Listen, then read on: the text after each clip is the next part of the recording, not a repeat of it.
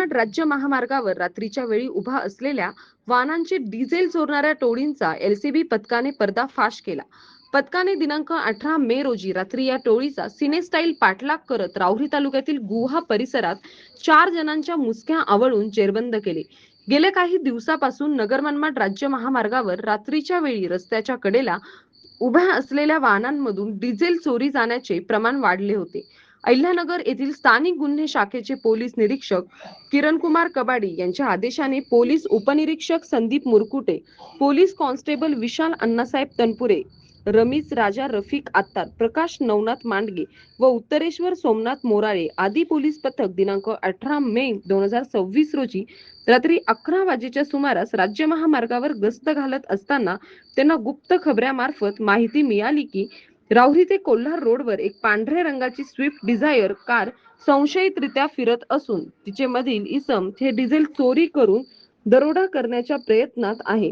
तेव्हा पोलीस पथक घटनास्थळाकडे जात असताना त्यांना गुहा परिसरात एक स्विफ्ट डिझायर कार कोल्हारकडून राहुरीच्या दिशेने जाताना दिसले. तेव्हा पथकाने त्यांना गाडी थांबवण्यास सांगितले, मात्र ते सुसाट वेगात पळत जाऊ लागले. तेव्हा पथकाने त्यांचा सिनेस्टाईल पाठलाग केला. त्यानंतर आरोपी त्यांची गाडी राहुरी फॅक्टरी शिवारातील बालाजी ढाबाच्या मोकळ्या परिसरात थांबवून त्यातील दरोडेखोर गाडीतून खाली उतरून काटवनात पळू लागले. तेव्हा पथकाने त्यांचा पाठलाग करून केला आणि त्यांच्या मुसक्या आवळून जेरबंद केले.